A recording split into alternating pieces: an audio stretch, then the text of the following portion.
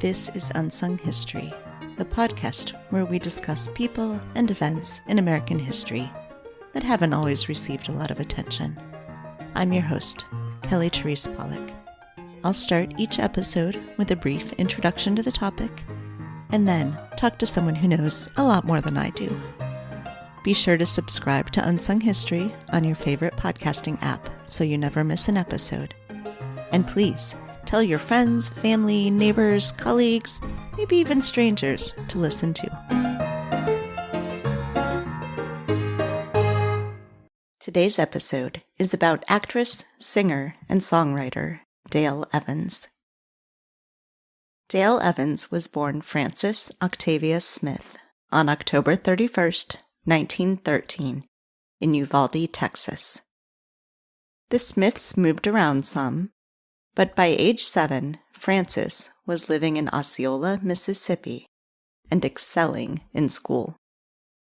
She sang at church and started piano lessons at age 8, which she showed a real talent for. At age 14, she eloped with her boyfriend, 18-year-old Thomas Fox. They married, had a son named Thomas Jr., and then quickly split up. By age 15, Frances was living in Memphis, Tennessee, with her mother, Betty Sue, who had left Frances's gambling father, and with Frances's brother Hillman, and of course little Tommy. Frances worked as a stenographer during the day, and finally got her first break into stardom when a local radio station booked her for a regular singing gig, where she embraced the local Memphis flair with blues and jazz songs. In 1930, at age 17, Frances married for a second time, this time to 21-year-old August Wayne Johns. The couple and Tommy left Memphis and moved to Chicago, where they struggled to make ends meet during the Depression. And then they moved from Chicago to Louisville. In a lucky break, Frances found work as a stenographer at a radio station, where she made it known that she was looking to sing. In 1935, she landed a job as a staff vocalist at WHAS, making $30 a week. But they wanted her to change her name to something that sounded more like a contemporary singer. From that point on, she became Dale Evans. Around the same time, her marriage with the abusive August broke up.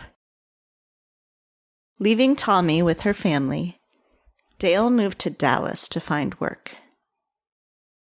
And she did find work as a regular singer for a Dallas morning radio show. And she once again found love. R. Dale Butts, whom Dale had known in Louisville, had also moved to Dallas, and he worked as a musician for the same radio station. In 1937, at not quite 24 years old, Dale married for the third time. The couple moved to Chicago, and this time Dale was able to find the success that she couldn't find in Chicago before, singing in live stage shows in addition to performing on the radio. And Tommy moved to Chicago to join them. In 1941, out of the blue, as Dale described it, a Hollywood agent who had heard Dale on the radio contacted her and asked her to fly out to California for a screen test. Hollywood demanded changes. The studio heads liked Dale, but they wanted her to lose weight, and they wanted her to pretend to be a single, childless 21-year-old, instead of a married 28-year-old mother. For the $400 a week contract that 21st Century Fox offered, she agreed. And to the public, Tommy became her little brother. Dale's Hollywood career started slow, but she did find success in USO shows, performing for the troops stationed in California. And she landed a contract with NBC Radio, doing the Chase and Sanborn show with Edgar Bergen. In 1943, Dale was signed by Republic Pictures, where she was finally cast in leading roles. Dale hoped to star in big-budget musicals, and not in westerns. But over her objections, she was cast in The Cowboy and the Señorita with Roy Rogers. It was the first of many collaborations, including 35 films together. Dale continued to want to break away from westerns, but the studio liked what it saw when she and Roy worked together. In 1945, Dale's marriage to R. Dale Butts ended in divorce. It had been a more successful marriage than her previous two, but the stress of different performing schedules and long absences proved too much for them. By this point, Tommy was an adult, and he started studying music at the University of Southern California. When he was 20, the news finally broke that Tommy was Dale's son and not her brother. At the end of 1947, when she was 34 years old, Dale married Roy Rogers, whose second wife, Arlene, had died in childbirth the year before. Dale became stepmother to Roy's 3 children, Cheryl, Linda Lou, and Dusty. In August 1948, Roy and Dale launched the Roy Rogers radio show on the Mutual Broadcasting Network. And in 1950, at age 37, Dale gave birth to their daughter, Robin. Robin had Down syndrome, and doctors encouraged Dale and Roy to have her institutionalized. They refused and kept Robin at home with them until her death, shortly before she turned 2. Dale channeled her grief over Robin's death into writing Angel Unaware. After the success of Angel Unaware, Dale wrote many more religious and inspirational books. Dale and Roy did not have any more biological children after Robin, but they adopted 4 more children: Mimi, Dodie, Sandy, and Debbie.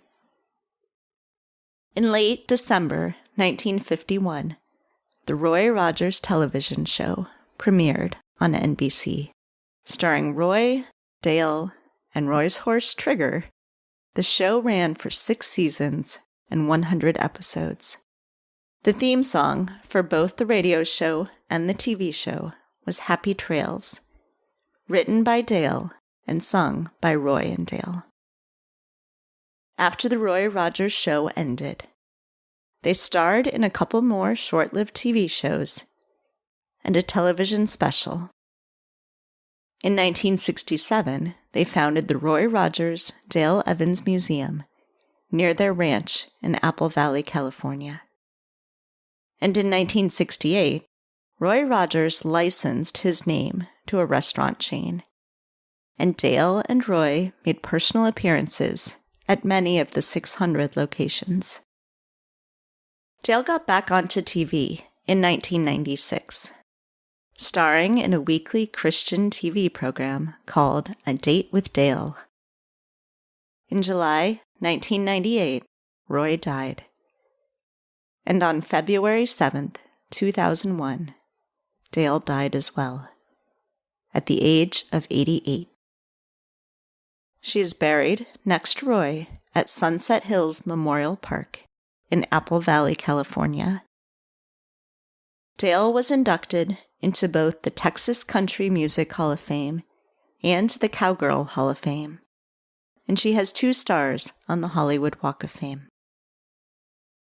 Joining me to help us understand more about Dale Evans is historian Dr. Theresa Kaminski, author of the new book, Queen of the West, The Life and Times of Dale Evans. But first, enjoy a short clip of Don't Ever Fall in Love with a Cowboy, written and performed by Dale Evans in 1949.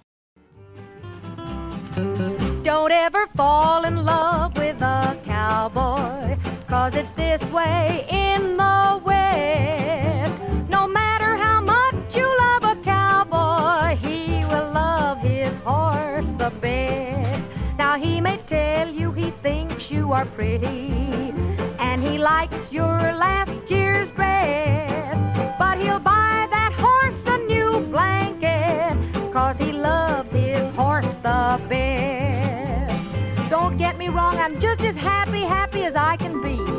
I love him and he loves me, and Trigger makes three. If you plan to marry a cowboy and to settle in the West, you'd better first plan that fancy stable, 'cause it's this way in the West. Roy, I'm only kidding, honest, but it's this way in the West.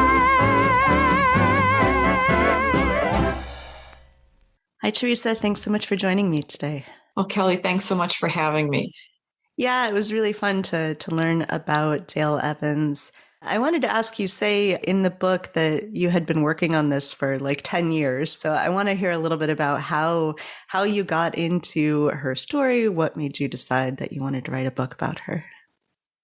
Well, I think it was a combination of nostalgia and trying to find a good subject for a biography. And in terms of finding a good subject for me, that always means women. I was trained as a historian of women, and I've come to really embrace biography as a way of telling those stories, because to me, it's a really great way of combining people with the time period. Mm.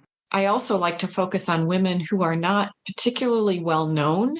Dale Evans, of course, she's probably the most well-known woman I've written about, but well-known in her time.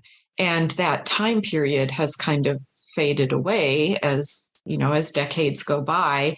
So when I started looking into her in the early part of the 21st century, not many people really knew much about her anymore. And so that made me really interested in where she came from, how she got to be such a big star. And this kind of dovetails back to nostalgia, because I'm old enough to remember watching reruns of the Roy Rogers show, the black and white 30-minute Western that ran on, I'm pretty sure it probably was on WGN TV, Saturday mornings. For people who are in Chicago, you probably know this. I may be wrong about the exact station, but I know it was part of the Saturday morning lineup. So if a good cartoon wasn't on when we were kids, it was probably Roy Rogers' time.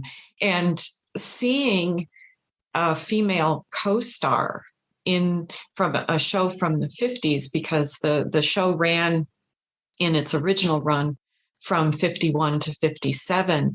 And Dale had a co-starring role. Her character was not a housewife, which, when we think of like classic 50s sitcoms, we think of Lucille Ball, we think of Donna Reed, and they were housewives. And Dale Evans was not. She really came across as somebody who, in terms of co-star, was also co-equal to the male star, Roy Rogers, in the plot developments. She didn't need to be saved. She wasn't there as somebody who was constantly getting herself into trouble she couldn't get out of. Rather, she was, along with the male lead, saving other people. So I I think I was really interested in that as a child, and then as an adult coming back to that and realizing how unusual that was for the time. Yeah. Yeah, so let's talk some about sources. There are a lot of sources. There's a lot. You could just go out and watch all the TV shows, but there's a lot about her that's out there. But like a lot of other celebrities, she has a sort of carefully crafted image. And so how do you, as a biographer, go through, find all this information, but a lot of it is sort of the way she would have wanted it to be found, and sort of tease out what was actually happening in her life? And that is always a challenge, is figuring out what, I don't know, what really happened. I try to stay away from words like the truth of what happened, but at least trying to get the facts straight. Dale did write a lot for public consumption, especially after her daughter died in the 1950s. She started on this writing career where, she ends up with, over 20 books published, most of them autobiographical, spiritual. So she does weave in a lot of her own autobiography, and then trying to figure out how much of it, and we all know this with memory too, how are you remembering things correctly? So what I ended up doing was using a couple of her memoirs as kind of a starting point. And then I used a newspaper database, and year by year, in some cases month by month, using the name Dale Evans, going through and just tracking her, where she was, what she was doing. And this, of course, is where her fame makes it easier, because she was covered extensively by the media. And so I could at least get a good timeline of where she was, what she was doing. So that helped a great deal. And then getting into like interviews that appeared with her in the newspaper, then I had to factor in the whole thing about the creation of image. So I tried to question what it was she was trying to get across with this particular message, because we all know, you're right, that stars are guarded in what they say. They normally prep a lot if they're sitting down for an interview. And I think Dale was very conscious of this. And especially after her marriage to Roy Rogers, she did have a very particular image she was interested in promoting. And I think she did this very well. But also my sense of this was, after reading all of this information, she was very close to the way she presented herself, I think. And this is a question that I've often seen come up, especially in connection with her religious faith.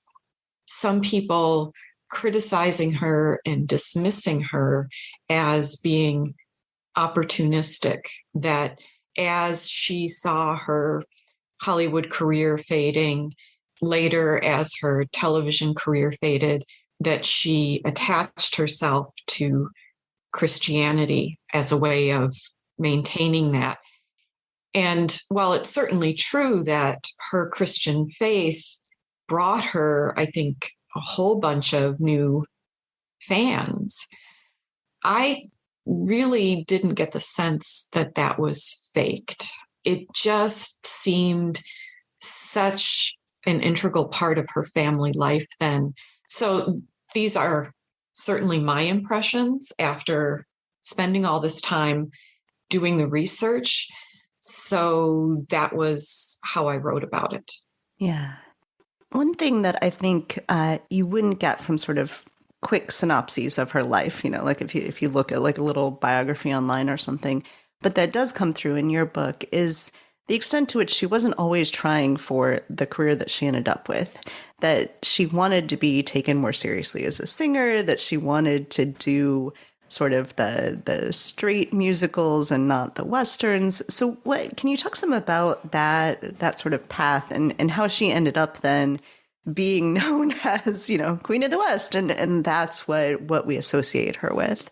Right. And I think that's kind of the central tension of her adult life, of her performing career, is that oddly enough, this was not a nickname that she would have wanted when she started out. So it was always kind of a difficult thing for her to deal with. But when she started, and she was very young, she started off in radio in the late 1920s. And she did very much see herself as a popular singer. And this was her real interest. And she was young then. She was still a teenager. So she's this very young woman. It's the 1920s. A lot of great music. She was also very much attracted to blues music, but really any kind of popular music. She just really embraced it. She did see for herself initially a great career in the radio, which she really did have. I mean, moving from places like Louisville and Dallas and then Chicago, she was in Chicago for a few years. She really built a strong base through the radio. Also, when big bands came into popularity, she did spend time now and then with some of the bigger bands. She also then, as she was thinking ahead with her career, and she did really see herself on the larger stage. And for her, this meant Broadway. This was always her big interest. She was looking eastward, and she was looking at what she was doing with radio and with big bands as a way of getting to Broadway, because she really did like the idea of appearing on stage in, as you described it, sort of more mainstream, kind of lighter musical comedies. She thought she would be perfect for that. And it did, I think, come as a bit of a surprise to her then when the big call comes not from the East Coast, but from the West Coast and Hollywood. And then, of course, she ends up sort of making this career out of it. And, it seems like there's continues to be a little bit of a tension as she's being cast in Westerns, really wants to try to get out of them. And eventually, does she just sort of accept that this is where she can find fame? Yeah, I think she does. And when she first goes out to Hollywood in 1941, she's brought out there by one of the big studios. It was Paramount. And then she actually ends up getting a contract, not with Paramount, but with 20th Century Fox, a big movie studio. But after that first year, she gets dropped because they don't really know how to place her. It's not like there's anything wrong with her. She doesn't do anything that's bad, but she can't find a way quickly enough to distinguish herself, to set herself off from all of the other female actors and singers who were around at the time. So 20th Century Fox just doesn't want to keep paying her pretty good money for not really doing much of anything.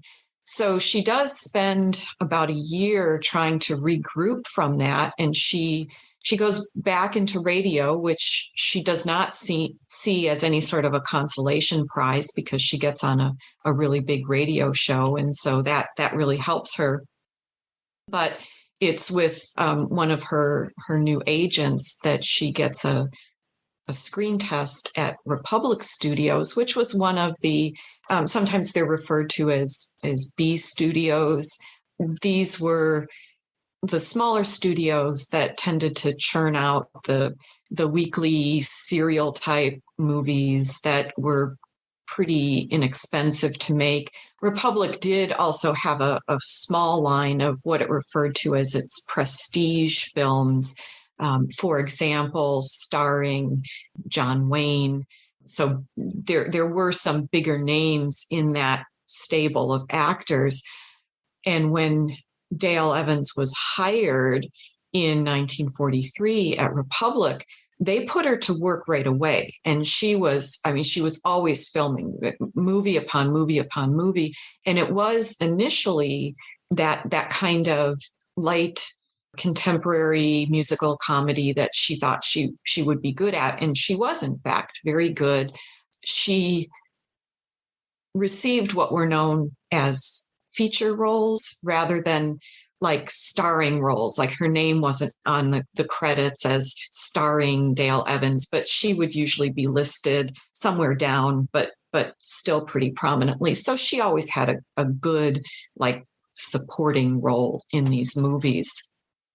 And after she was at Republic for a while, the head of the studio then did decide to team her up with one of its other big stars, not really in its prestige line, but a solid serial performer. And that, of course, was Roy Rogers, known as the singing cowboy and later known as the King of the Cowboys.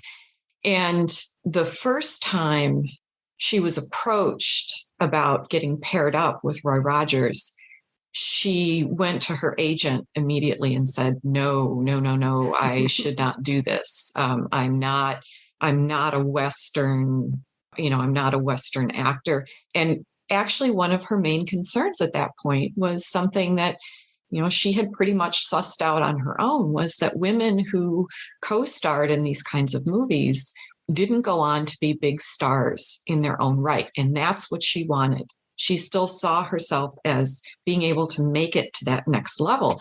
She thought if she got in with Roy Rogers, that was going to put a halt to her big time career.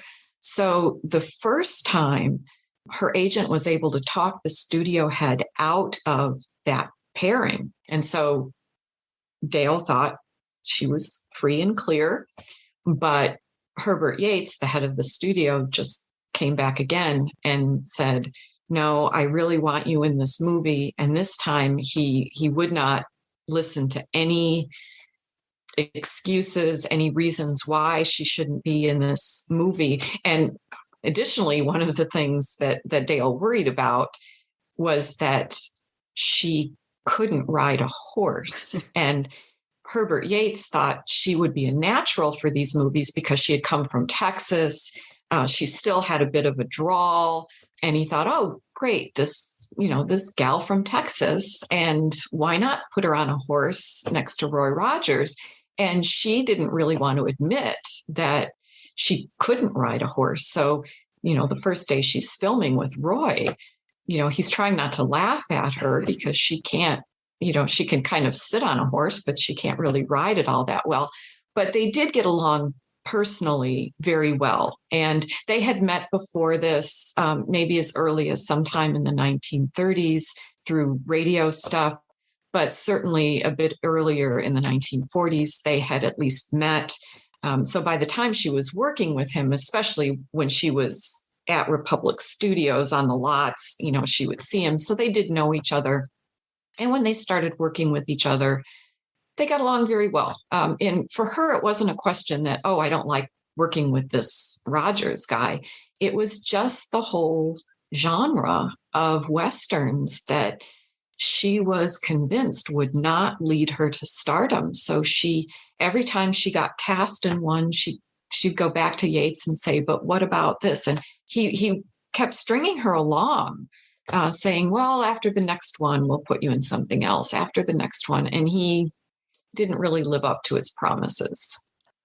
You talked about how much she was filming, and I think that's sort of the overwhelming sense I get out of this book, is that it's just what a grind her life really would have been, and I assume that's true for anyone who's trying to make a living like this, that it's just sort of, in the early part of her life, it's moving from city to city to try to find something. It's taking whatever jobs come. Even after she and Roy have sort of made it big, it's this constant like, okay, maybe now we do radio, now we do TV, let's see if we can get another film going. Let's open our own studio. What is it that, if we know, that's sort of driving her this whole time to be able to take on this incredible workload and this just sort of constant, push to try for the next thing. And I think that's what her, kind of her motto was, the whole business of what's next, what else can I do? She had a tremendous amount of energy. She was tremendously talented in different ways and very driven to express that. And it is interesting when you think about her landing that contract with Republic Studios in 1943. This is during World War II. So in her spare time, the time she had off from the studio when she wasn't filming, anytime there was a break in the filming, she was with, groups of Hollywood entertainers who would go stateside to the army posts and do shows for the soldiers. So she was doing these live performances.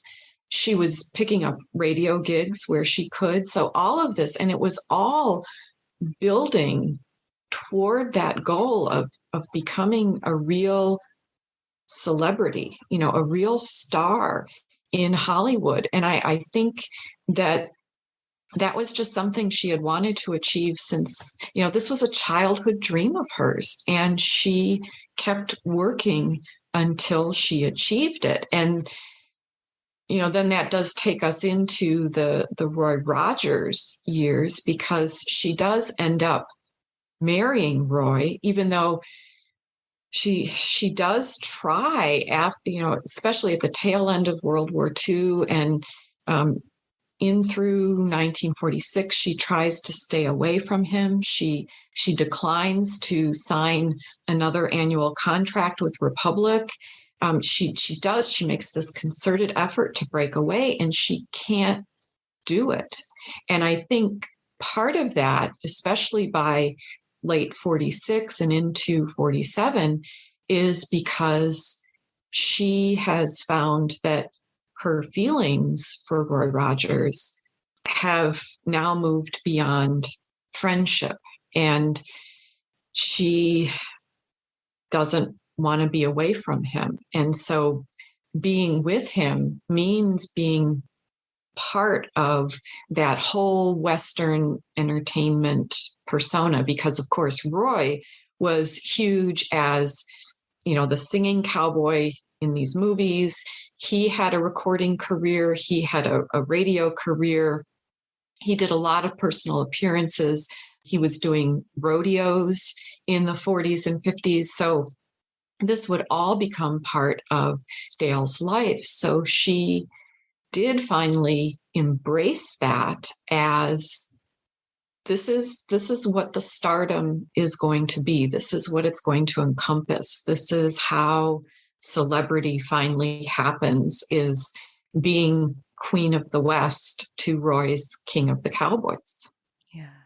Yeah. And so by the time that she and Roy get married, Dale has been married 3 times before this. Roy has been married twice before this. And so, you might expect going in that this is going to be yet another Hollywood romance that's not going to last very long. But then they're married the rest of their lives. And it's this incredible, productive partnership. So what was it about their relationship that made it so successful and long-lasting and really productive? I think by that time, they'd both been through so much. As you mentioned, the previous marriages, they're finally really mature at this point. And they did get married after Roy lost his wife. His second wife died not long after childbirth. So Roy found himself a widower with 3 young children, one, an infant. And as far as his personal life while he was married to his second wife, he was very much a family man. That's how he was portrayed in all of the publicity. And it does seem that was very true.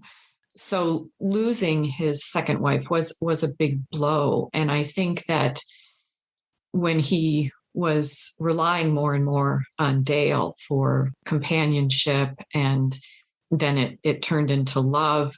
I think that for Dale, through her previous marriages, she seemed to have been searching for somebody who would be very supportive of her ambitions and her career as it existed.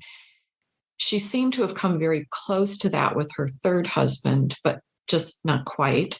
So there just must have been something that meshed at that time for both of them. And they could agree on a lot as they moved forward. Now, in her memoirs, Dale does talk about how their temperaments were different. She does admit to having quite a temper, which she had to work very hard to control.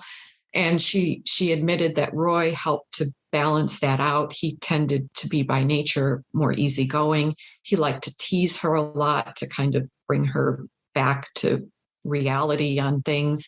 So their personalities, they could get goals set together and work toward them, even as they worked on separate things, because there were things that Dale still continued to do on her own, but they always found a way of balancing this. But then the added issue that came into their marriage, of course, had to do with the children, both his children, who were still young at the time and really needed a stable home environment. And then in 1950, when the two of them had their own biological daughter together. So Dale finds herself, for the time, kind of late in life, having a child, which she apparently did not expect. So she's in her late 30s when she and Roy have their baby daughter, Robin. And she did face considerable challenges as a mother, again, because, another thing about her previous marriages was she had a biological son. By the time she married Roy, her son Tommy was, pretty much self-sufficient on his own. This was not a young child coming into the household dealing with, new step siblings, but rather a young adult himself. So having Robin, this starts a new chapter in her mothering life, which she didn't quite expect. So I think the challenge for me reading this, as I got toward the end of the book and the end of her life, is understanding her attitude about feminism. She's such an independent, strong-willed woman. And then she's writing books saying, women should stay at home and raise kids. And, why do women want to be liberated? I wonder if you could just sort of speak to that tension. It's almost seeming contradiction. What's going on there in this sort of philosophy that she seems to adopt later in life? That was something that was a challenge for me to write about too, because especially in her later life, Dale's politics and her religious faith, this is just not something that, that I've dealt with much on my own. So it was really interesting to chart these changes. And I do think that her adoption or her reimmersion in her Christian faith, because she had been raised a Baptist, that was in her family background. She let that lapse for many decades while she was pursuing her career. And you're right, as a young woman, she was a young single mother for decades. And so she had to do everything on her own. And she did take a lot of pride in her accomplishments as a single woman. And so you would think on the face of it then that she would be a really big supporter of women's rights. And it's not that she opposed, women's suffrage, although that was pretty much of a done deal for her by the time she was an adult. Women voting, that was just a reality. That's what was going on in the United States for white women like her. But not long after she married Roy, and she was coming to terms with mothering 3 young children. And by the way, after she gets married to Roy, Herbert Yates at Republic essentially fires her because he disapproves of this, and he thinks it's going to be harmful for Roy's career. It's this whole thing. So she's essentially back home taking on all these domestic duties. And it's her son, Tommy, who suggests that maybe she and the children need to go to church.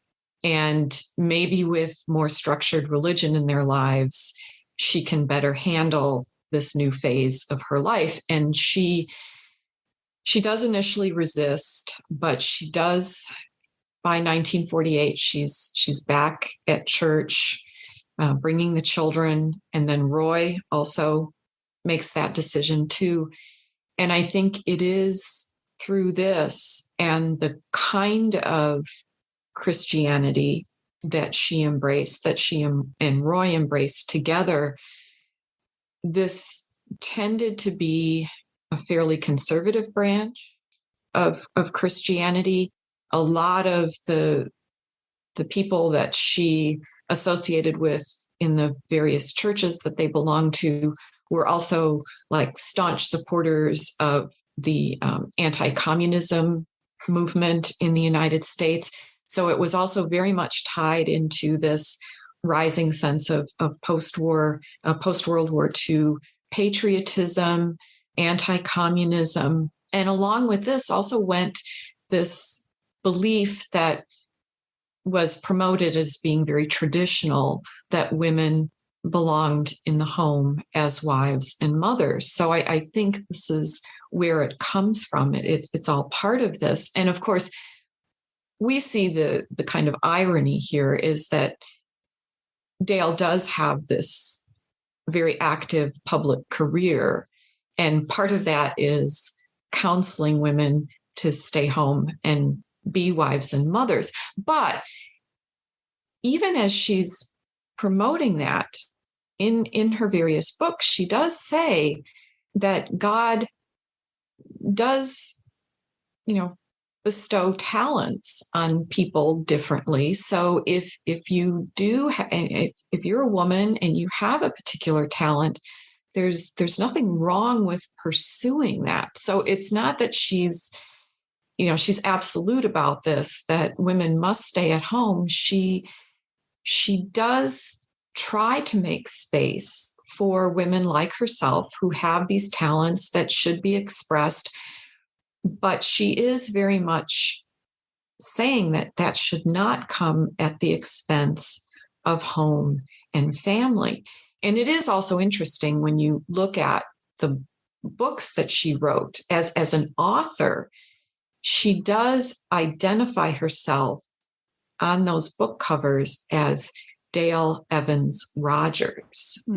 So she's expressing that through her writing career, but as she's appearing on television, it's still her regular stage name of Dale Evans. But I did find it interesting that in her writing career, she does add the name Rogers because she's very conscious then that she is not just promoting this notion of women being in the family, but she sees herself very much a part of that. She's very involved in her household. She's very involved with the children that they're raising because they do go on to adopt children.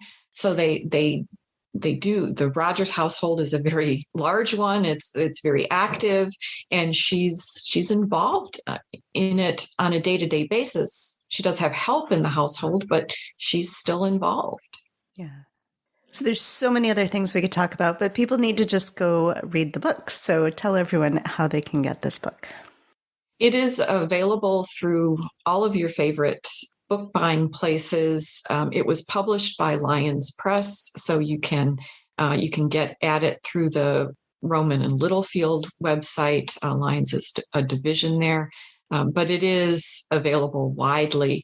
And the other thing I would say is that not just for me, but for all of your favorite authors and books out there, anybody who reads a book, if they're on a bookish type website, if they leave a review of that book, and it doesn't have to be fancy, just say, I liked it, you should read it. This really helps books get a higher profile, and more readers who might be interested will find it too. So I do try to get a plug-in for reviews. That does help, but it should be widely available. Excellent. Well, Theresa, thank you so much for speaking with me. I really enjoyed learning about Dale, and then people can go Google too. There's some videos of her and Roy singing that you can see that are just lovely. So great. This was so much fun. I really appreciate it. Choose yourself a partner, be it Jim or Jack or Joe. Make yourself light as a feather when you do that heel and toe. There'll be some dancing and romancing when the moon is full and bright. Don't forget the Cowgirl Polka at the Double R Bar tonight.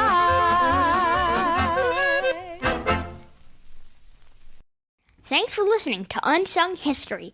You can find the sources used for this episode at unsunghistorypodcast.com. To the best of our knowledge, all audio and images used by Unsung History are in the public domain or are used with permission.